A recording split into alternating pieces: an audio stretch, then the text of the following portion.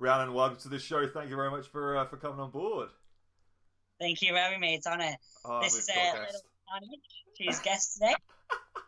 Absolutely love it. The team mascot. So it's awesome to have you on board. Like, we were obviously just chatting before the podcast, and I think there's so many interesting points because, again, you have an incredible amount of experience under your belt, and with that comes a lot of fucking trials and tribulations. You know, you've been through it all.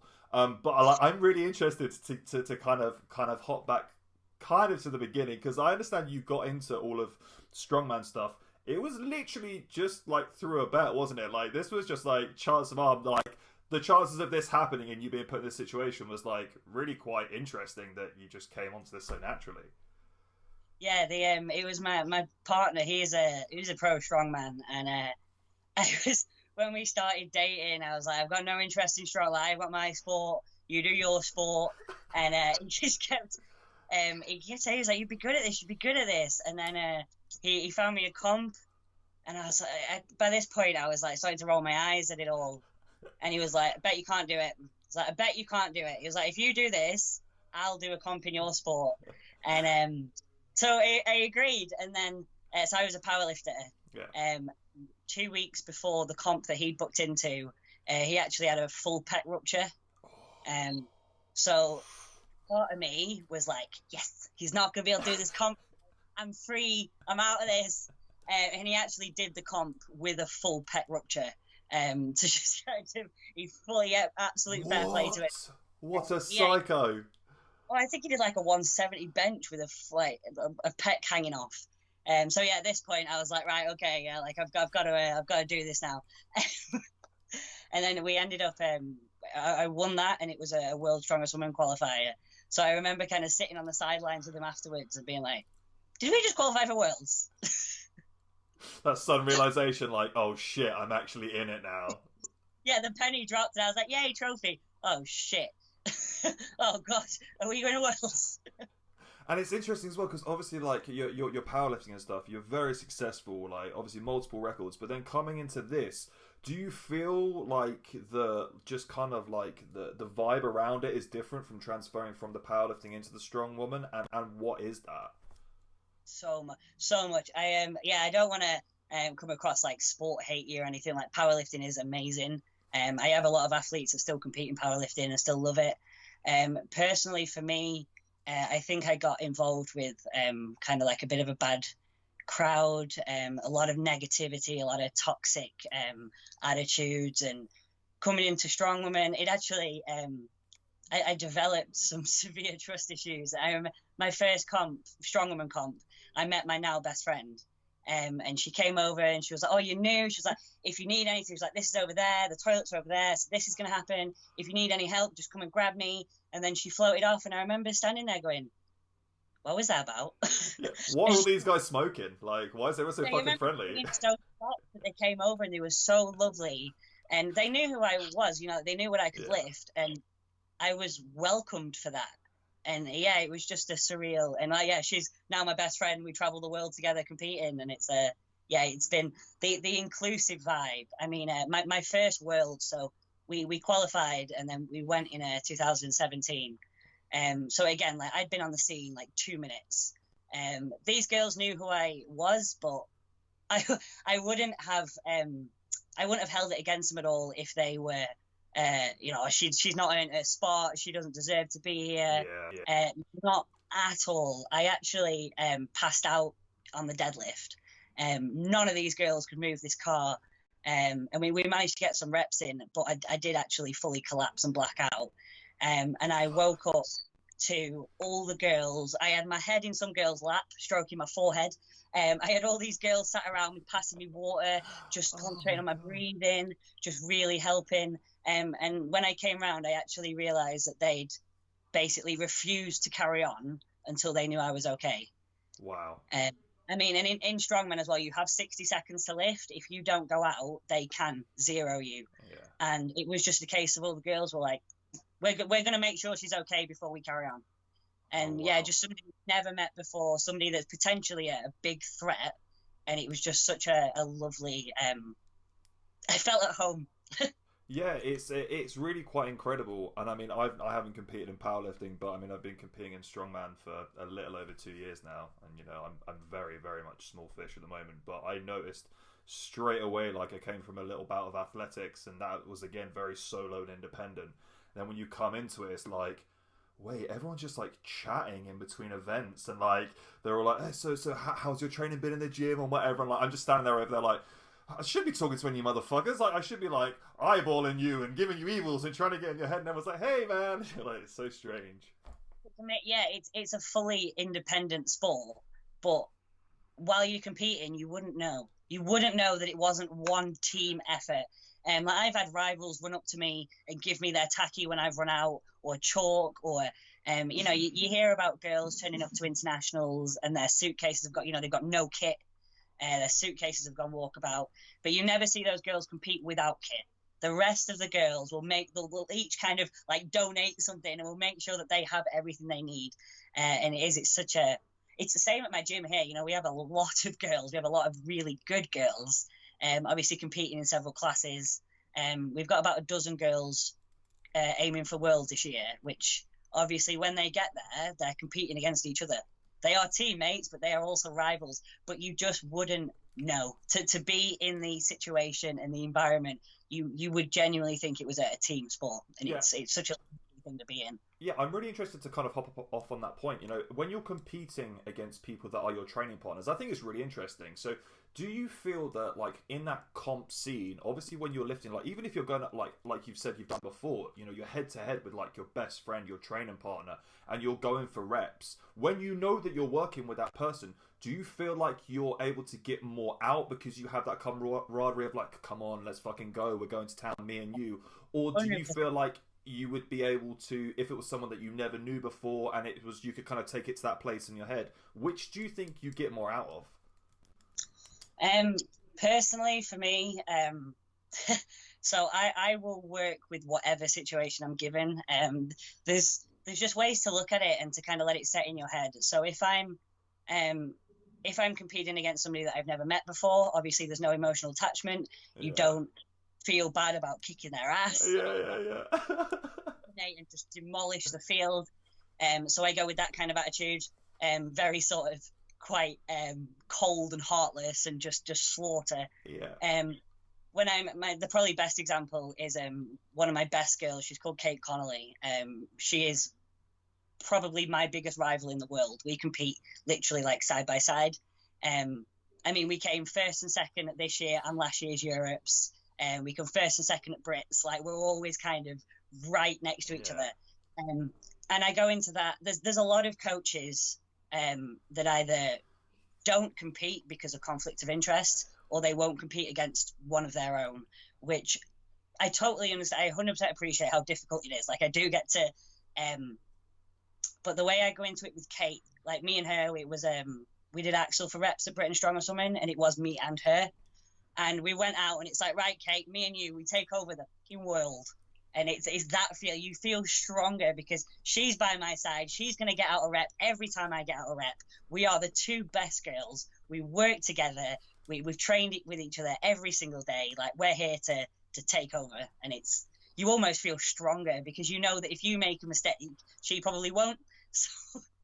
Yeah, I love that. But it's also like, again, it's like, it's coming back to that camaraderie, isn't it? It's that different place of like, come on, let's fucking do this together, rather than being like, I'm going to destroy you, I'm going to make you look like a bitch compared to me. Like, it's that whole, I just absolutely love it. It's so good, and it's so right. Like, when you have that connection, you have that vibe, and you get that group. And I think, you know, a lot of strongman, like, that's how it happens, and it formulates like different comps. You know, we just get these little clusters of people that you then form, like you said, those end up being like your friends for life. Like, I remember, I'm still talking to guys on Instagram now that I competed against like 2 years ago that aren't even doing it anymore, but we're still friends because you just have that instant connection all over the world. And just the level, the brutality of the sport, you know, you really get to know these people, you really get to see them. You're like, me and Kate have seen each other at our absolute lowest, and we've helped each other through that. And that's where it comes from. I get a lot of coaches asking me, like, how do you go against your girls and want to kill them? How do you go in with that kill attitude? And the thing is they've got it wrong in their head. They're fighting that person, whereas in my head, me and Kate are like leading an army, and you know, I've thrown her a sword. We're at the front, and we're going to charge. Yes. As fast as me, and it's that feeling. It's that taking on the world. We're just going to absolutely slaughter everyone, and we'll see each other at the finish line. Yeah. And it's that feeling.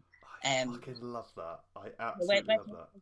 Bigger team than ever to Worlds this year, and we will all feel stronger because I've got more of my own girls that are technically my own rivals, but you'll feel stronger because of it. And you can also buzz off other people's failures. You know, if okay, so at Worlds is a great example. I went in with an injury and I couldn't finish the farmers.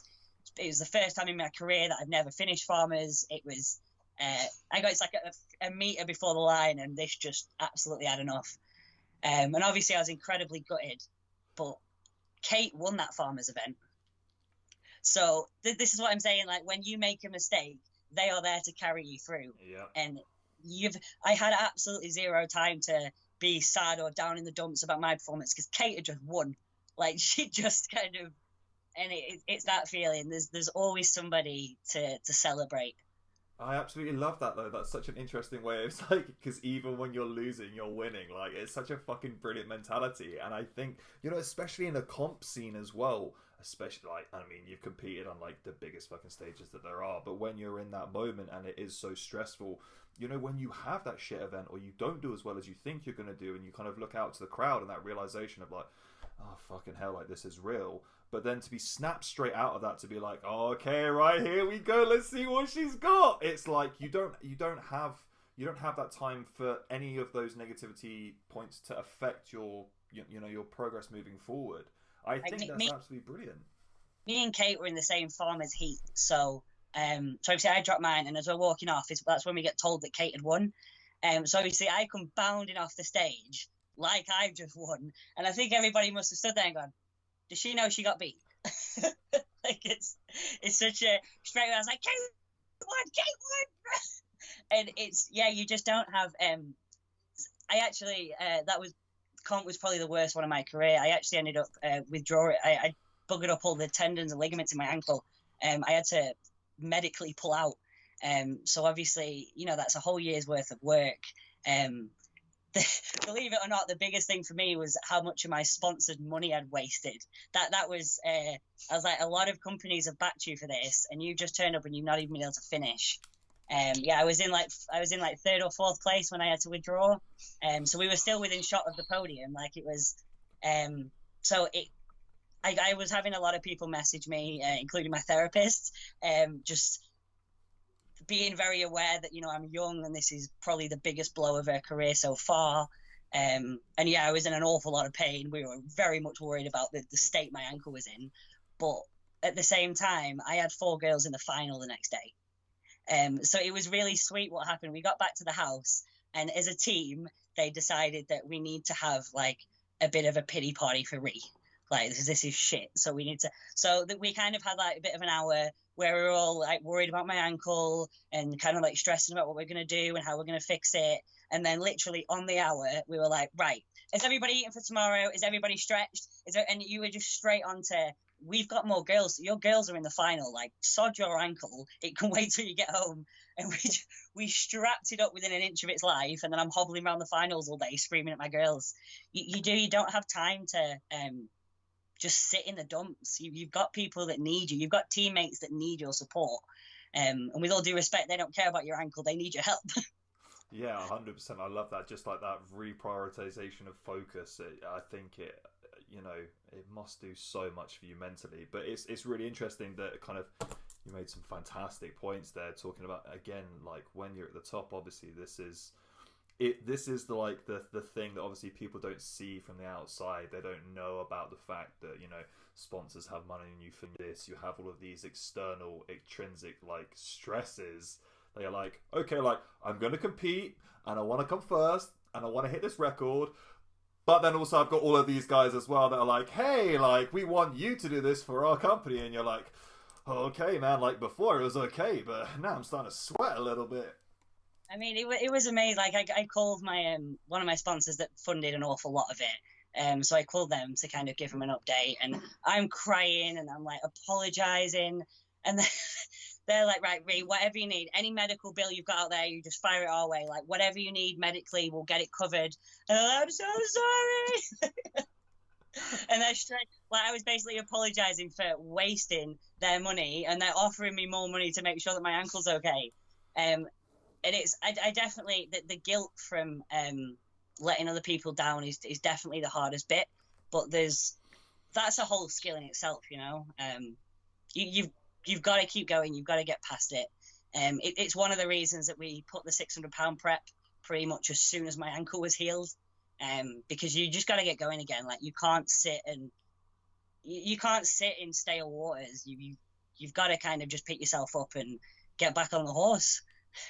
Yeah, and I think it's one of those things that the more it happens to you, the more it kind of just becomes second nature. Like, the more times you kind of get kicked in the face and you're like, okay, that fucking hurt. But it's like, well, you know, I've still got some records to get. I've still got some people to beat. It's like, okay, well. Like, obviously, it sucked. Like, it was definitely one of the hardest moments of my career. But this is where the people that you put yourself around become so valuable. You know, your team is... When you're going well, your team is just a bonus. It's when you're going through shit that your team becomes a necessity. My partner was, like, obviously he's been strongman for over 10 years now, so he's been through the works with injuries. He was incredibly supportive. When my friends are a lot of top level athletes, I do work with a therapist, like, pretty much religiously all year round.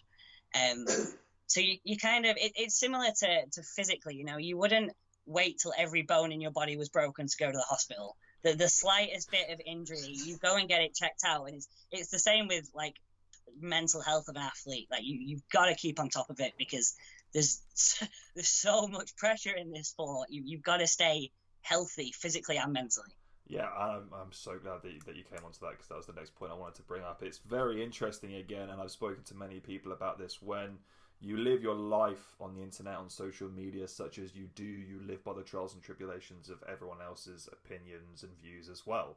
Because if you put yourself out there, then you have to accept what then comes back, which is incredibly difficult. It's incredibly hard. Mentally, it's very, very stressful. Yeah, exactly. So I'm interested to kind of hop off there. Like, when did you feel like bringing a therapist on board? Like, what was it a case of that you just kind of got to an end point and you were like, oh man, I've got to fucking sort this out? Or was it like someone was like, hey, like, if you hadn't before, maybe try this out, this might help you with, like, the next stages of your prep as you get more successful? Where did that come into play? It probably came in during the decline of my powerlifting mentality. I just found myself getting incredibly negative with myself. Nothing was ever enough. Nothing was ever good enough. Even when I did well, it was, you could have done better, you could have done more. There was absolutely no positive feedback. It was all just demanding more and more. And it was due to the environment I was in. I very much felt judged on show an awful lot. So I became quite defensive. And yeah, everything just became really, really negative. Everything about training, everything about competing, everything was just comparing myself to other women constantly. Like, absolutely everything was just self-comparison. And I'd been through therapy before. So when my GP suggested it, I honestly wrote it off as just being absolute crap.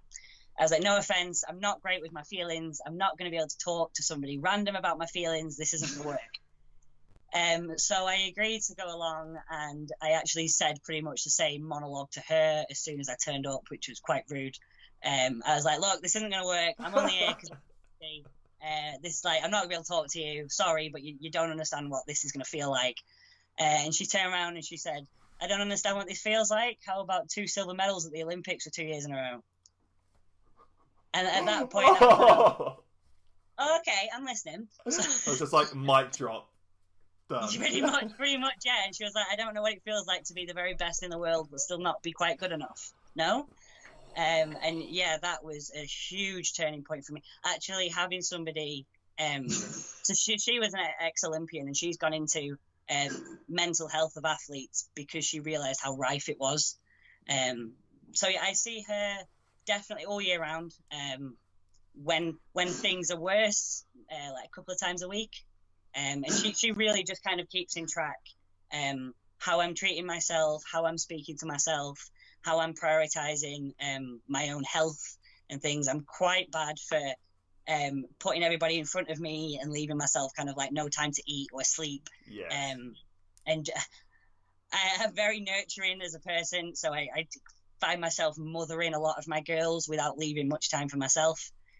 So it just helps keep things in balance, and it's definitely something I would advise to any athlete before they feel like they need it. Yeah. You know, people say it's a waste of money, and like it's the same waste of money that a sports massage is. It's just cleaning. It's just TNC.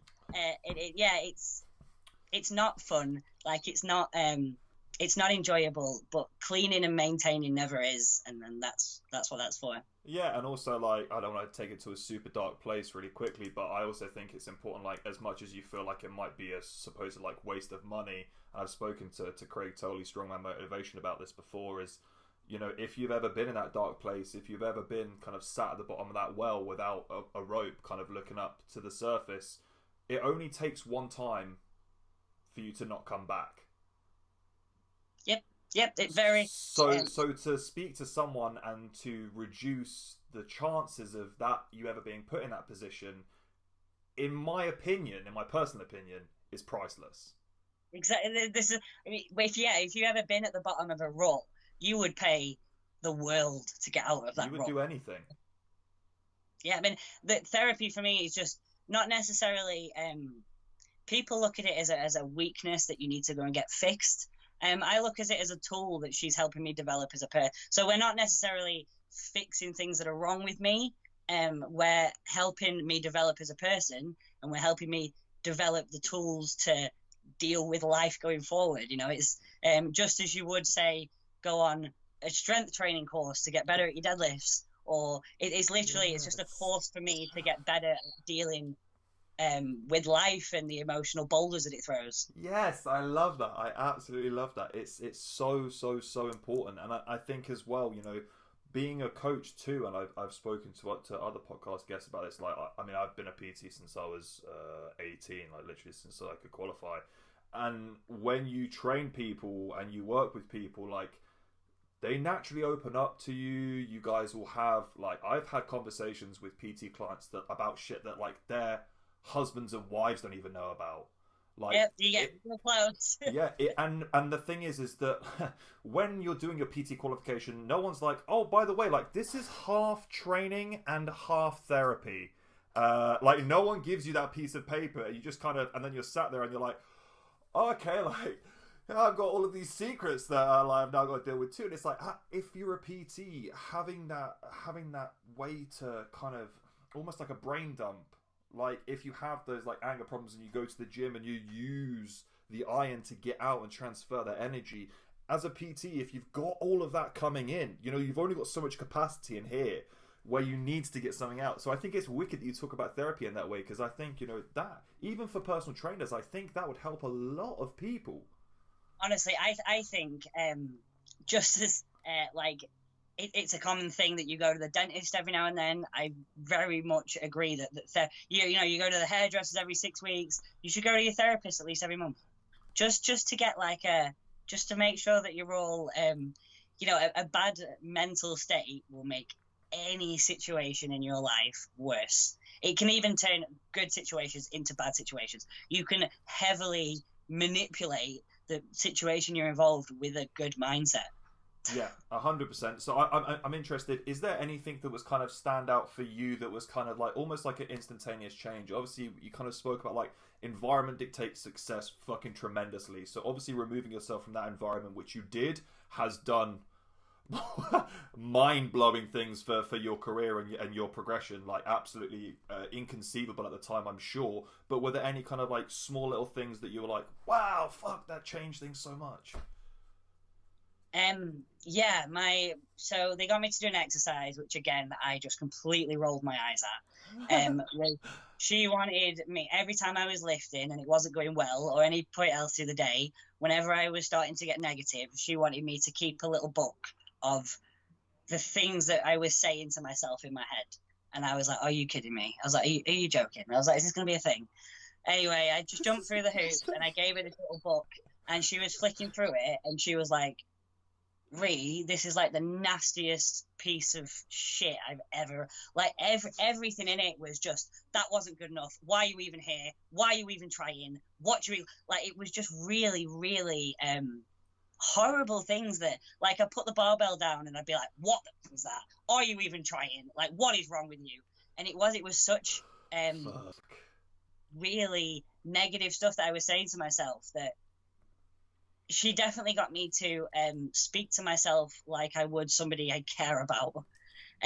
She was saying, your friend, even if your friend lifted and it was a bag of crap, you would not say that. You would just say, you'd be like, "Right, well, I'll tell you what, let's take 10 minutes, let's have a chat, let's go again." Jimmy, you would, just the way you would come at it, and learning to speak to myself like that, learning to control really, really negative like thoughts that would come in, and learning to find the silver lining. So even my lifts that went to absolute shit, even if it's a case of, well, your stance was good, or, well, your brace was pretty good, even if it was just something so meaningless, you're still giving yourself that.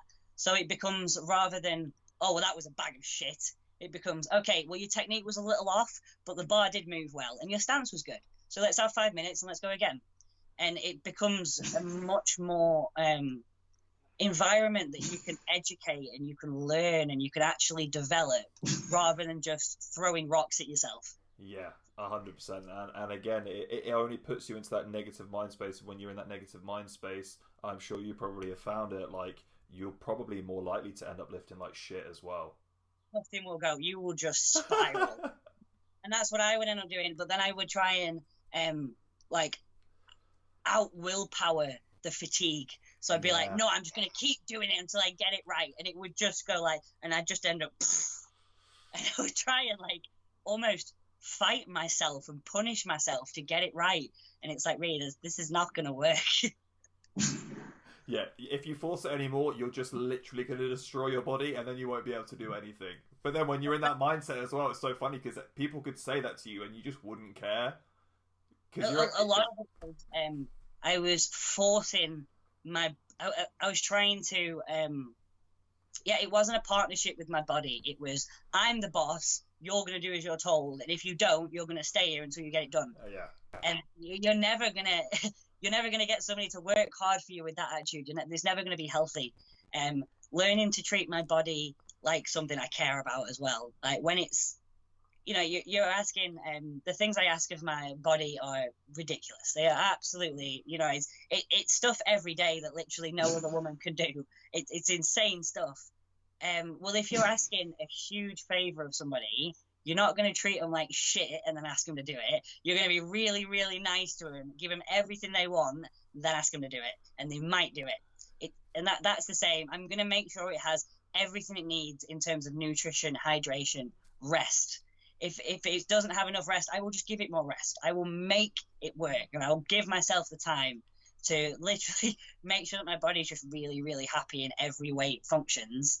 Then I'll ask it to do some big shit for me. Yeah, 100%. It makes so much sense. Again, it's exactly what we were saying before. Environment dictates success, doesn't it? When you're putting all that good fuel in, you're going to get some fucking incredible results at the back end. And I'm interested to kind of bring it back to the kind of point of, there are lots of, obviously, incredible people within your gym that obviously you can bounce off of, and your path to success, obviously, as you've been around these people, has just accelerated more and more. So I'm interested to get into it. Was it a case of were different people bringing different things to the table? Because I know, obviously, when you train in that environment, there are people that obviously have a greater relationship with nutrition or training or an interest or whatever, and it's a case of that everyone ends up helping everyone out a little bit. Did you find that was the case with you guys? 100%. Yeah. So we've got one of my most experienced girls. I'm pretty sure she's one of the oldest standing strong women in Britain. Like, I don't think there's many girls that have been doing it longer than her. She's Rebecca Cumsty. She's got the world record log press. Her knowledge of nutrition is just next level in terms of manipulation of weight, but she's very, very health conscious. So whereas a lot of coaches will just strip out carbs and strip out water, no, she will very come at it from a very good health approach. So if any of the girls need any sort of nutritional tweak, Beck steps in. We have quite a few girls that have one of my girls has suffered severely with depression. Like, she's an absolute inspiration with the places that she's come from. So again, she's almost kind of like the mental advisor for any girls that are struggling with like sports and things like that. I'm definitely the mum. 100%. I'm definitely the 100%. But again, Luke is another one that he adds. He's very, very good especially for me, getting the girls to rest. I don't know if anybody that you've worked with got like a ridiculously high work ethic, but getting them to rest is a nightmare. They very much, I fall under this category. Punish myself for you being lazy. They're like, I'm tired, I need to rest. No, you're being lazy. You're not working hard enough. And that's when Luke will step in and just, as like probably the longest standing strongman in the UK, a lot of people trust his experience, and when he steps in and he's like, no, rest, I'm like, oh, okay, I'm not being lazy, he agrees. But we have all sorts of people. Like, we've got people that are more fired up and more just feisty, so if anybody's struggling with motivation, like, we'll get them in. And yeah, everybody adds. Some of the girls are just the absolute sweetest and are just really nice to be around if you're going through shit. Everybody brings definitely something to the table. One of the best things about it is just how different everybody is. Especially with groups of girls, you tend to see very similar groups. Whereas strong women we've got girls on it we've got full of dreadlocks, full of tattoos, piercings, and then we've got blondes with boob jobs and nose jobs and lip fillers. And then we've got girls that look like they've just crawled out of bed. We've got girls full of makeup. It really doesn't matter, and we don't care. And it's such a lovely... Florida was a perfect example. We're at Worlds. We're walking down the street. Some girls have got heels on and dresses. Some girls are barefoot because they haven't even bothered to put their shoes on. Like, and everybody just is a single unit. And we all understand each other's quirks and weaknesses and things like that, so we all very much it's really, really sweet. Yeah, it's really interesting. I was listening to you talk the other day, and you were kind of talking about like how like strongman and strongwoman is like such a fantastic place for like all of these like some like social rejects and all these different people from all these walks of life, and it's so fucking true. Like, you hit the nail on the head. I was like, yes, Rhi, you fucking nailed it, because it's so weird how you just have this melting pot of absolutely everyone from all different backgrounds. And you're like, no, like with sports, it is generally very much kind of like a lot of people are pigeonholed into kind of stereotypes. Yes, a tremendous amount of strong men are fat and hairy, but outside of that, the spectrum's so crazy. And we've got, like, again, it's like all the cultures and things, like we have Muslims with the hijabs and long sleeves, and it's cool. We brought out long sleeve t-shirts on Team Kaos because I realized that we literally only have short sleeves, and we need to get something in for these guys. And it's I've seen comps where hijabs have fallen off and the clock has been stopped, and so they're allowed to resort that out because it's not nice for them. But yeah, they've stopped the comp and they've stopped the clock and they've let her go in, and it's things like that. It's really, really sweet. We do it. We don't care. We care what you're capable of doing and the person that you are. If you're a dick, you're not welcome, and that's it. Like, that's it. We don't care what. We've got everything here. From, I think our smallest is like 4'10", and our tallest girl's touching 6'3", I think. Wow. And then we have all the weights as well. Like, we have girls that are we have very, very large girls that are just at the start of their weight loss journey. we have very, very large girls that are super proud and want to get bigger.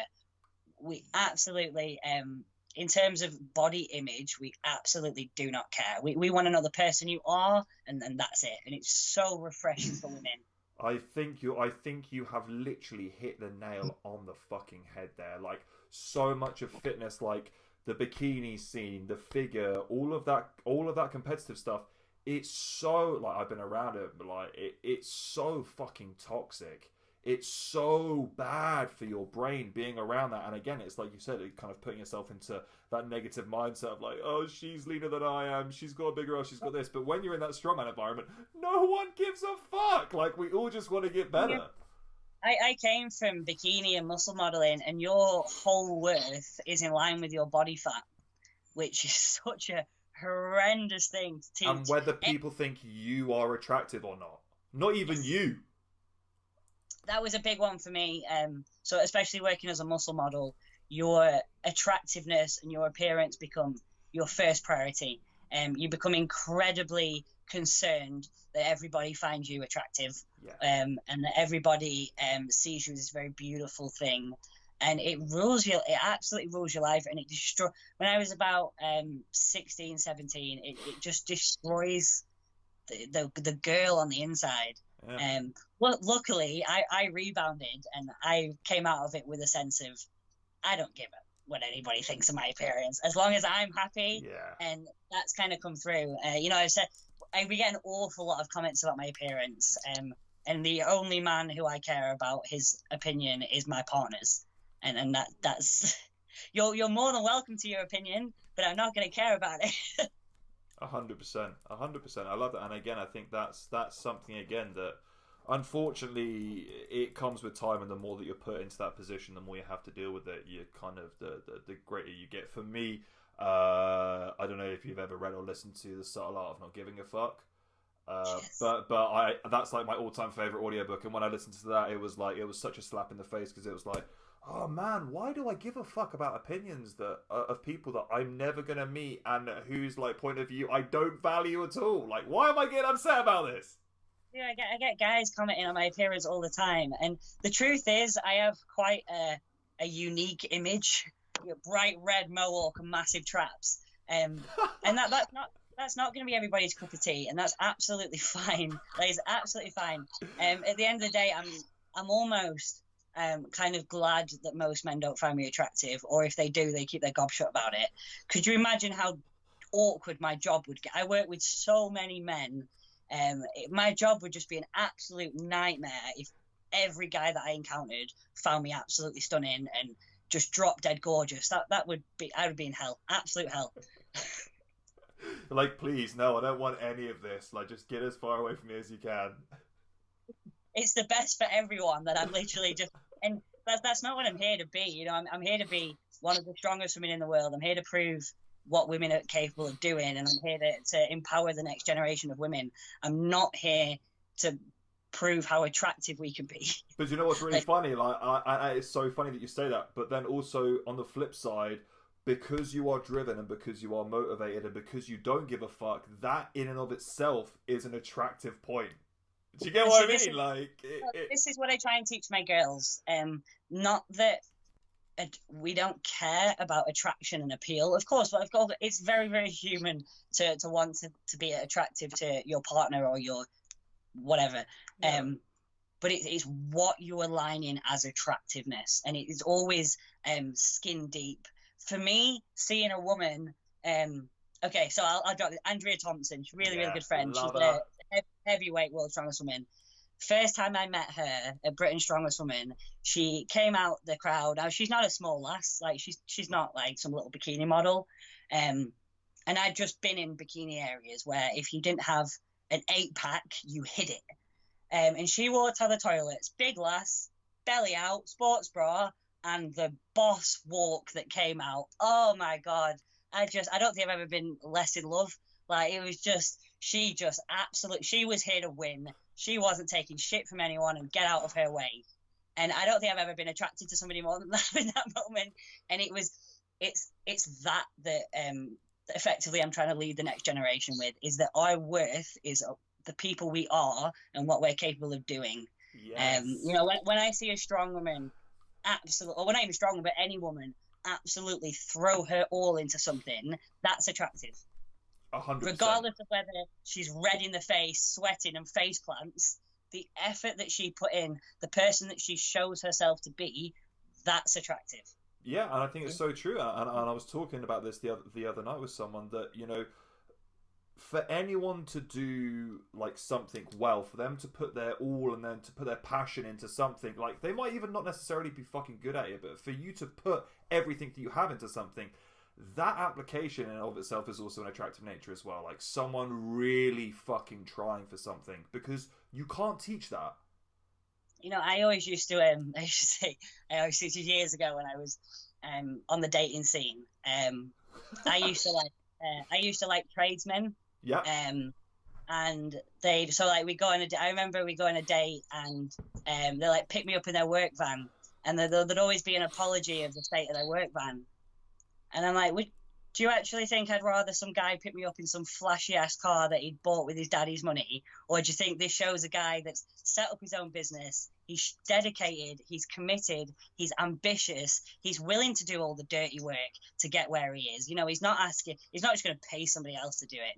This is a guy that's willing to work for what he wants. And that's the appeal to me. I absolutely love that. That's wicked. Absolutely wicked. I want to bring it back real quick because I think it's really interesting for someone who, you know, you have really burst onto the scene. You've done incredible things. You've become, you know, massively successful in the strength industry. Going from, you know, all of these trials and tribulations that you've had to being kind of not necessarily put on a pedestal, but you are now, whether you like it or not, a role model to fucking hundreds of thousands of women all around the world. Like, and just when you say it out loud, you kind of go, "Oh wow, yeah, it's kind of fucking mental, isn't it?" But how did you find that process? Because I think, you know, when you have so many people looking at you, it forces your own journey of self-discovery a little bit more. When people start, no, you're 100% right. When people started using the term role model and inspiration, again, you get a new wave of pressure, and I instantly had like an existential crisis. You're not a role model. You're not perfect enough to be a role model. You're not like all these role models where you get everything spot on and you just look flawless and you always do the right thing and you never make mistakes. And that's where I decided that, you know what, if I'm gonna be a role model, which I don't think I have much choice about at this point. If I'm gonna do this, we're gonna do this properly, and I'm gonna be the role model that I wanted. I want to show the real side. I want to show the failings and the fallings and the struggles and just the real side of being a celebrity. You know, we are people. It's one of the things I love about Eddie Hall as well. Like, you know, we just go to the pub and grab a pint and some ribs. Like, there's no red carpet, there's no helicopters, there's no, you know, we're very much, one of my favorite things to do is just put my hood up and walk around town and just sit maybe on a bench and just watch people, or just pop into a shop and just enjoy the day-to-day little errand running and things like that. Like, it is one of my favorite things to do. But no, we do. I just want to show girls, especially the young girls, that how much happiness, life fulfillment and success you can come with once you let go of the caring, the vanity, the constant aesthetics being absolute number one priority. You know, there is so much more to life and happiness and success than that. Yeah, 100%. I think it's really interesting we've hopped onto this subject because I end every podcast in the exact same way, and I think I know you've kind of touched on a few points I think you're going to mention again, but I want you for a second to imagine that you're stepping into a time machine, okay? And this time machine is going to take you back in time to visit your younger self, you know, maybe 9, 10, 11, 12, very young. You have your whole life ahead of you, you know, you're influenced very heavily at this age. And you get to spend a few moments with your younger self, spend time with her, talk and discuss, and leave a bit of information, a mantra to live by, some advice to help her get through all of that bullshit that you know that she has coming in her life, to get her to where you are today, what do you give her? What do you say? What do you leave her with? Literally the same thing I'll say to anybody that wants like an inspirational quote. You just don't quit. Whatever happens, you know, if I was talking to 15, 16-year-old Rhi, I'd be like, you're going to get shit. You're going to go through a lot of shit. You're going to have friends turn on you for reasons you don't know. You're going to have strangers hate you for reasons you will never understand. People will take a dislike for you. They will try and batter down your confidence. They will feel personally attacked by your confidence, and they will try and make you feel like you are doing something wrong because you believe in yourself. Whatever happens, you keep walking, you keep smiling, and it will happen. You know, the reason I genuinely believe the reason I'm where I am is the inability to quit. I do not think I'm the most talented girl in the world. I've seen many more talented girls than me quit. They just throw the towel in. You can achieve absolutely anything you want as long as you don't quit. And just giving her some resilience to fight the shit that's coming and believe in herself and just keep going regardless. You know, believe that you are a good person, you are doing the right thing, and as they might hate you and you don't know why, but you just keep going. And that would have helped. That I can't think of a more perfect way to end it. That is absolutely awesome, Rhiannon. Thank you so much for coming on board. This has been absolutely sick talking to you. Obviously, the whole world's kind of slowly returning back to normal. Comps are going to be coming on the scene, obviously, kind of later on, hopefully into next year as well. So we'll keep an eye out. Obviously, you're going to have some incredible things coming up. Congratulations with everything you've achieved recently. We haven't even fucking touched on that. There's like 1,000,001 other things, like you're fucking breaking world records, and I'm here like, so mental health. The next world record, we just planned it yesterday. We're going to go for the heaviest silver dollar that's ever been done in August. Oh, snap! I've got my little book of prep. 2nd of August, silver dollar prep. Oh yes, absolutely love it. Oh man, I'm buzzing. My palms are genuinely already sweaty. Like I'm actually getting excited and clammy. This is ridiculous. Should see close to 6 times body weight. Like that's the goal this time round. Oh my god, that's insane. Absolutely insane. Rhiannon, thank you so much for coming on board. I hope you have an absolutely awesome day, and I cannot wait to chat to you again. No worries, my love. Thank you for having me.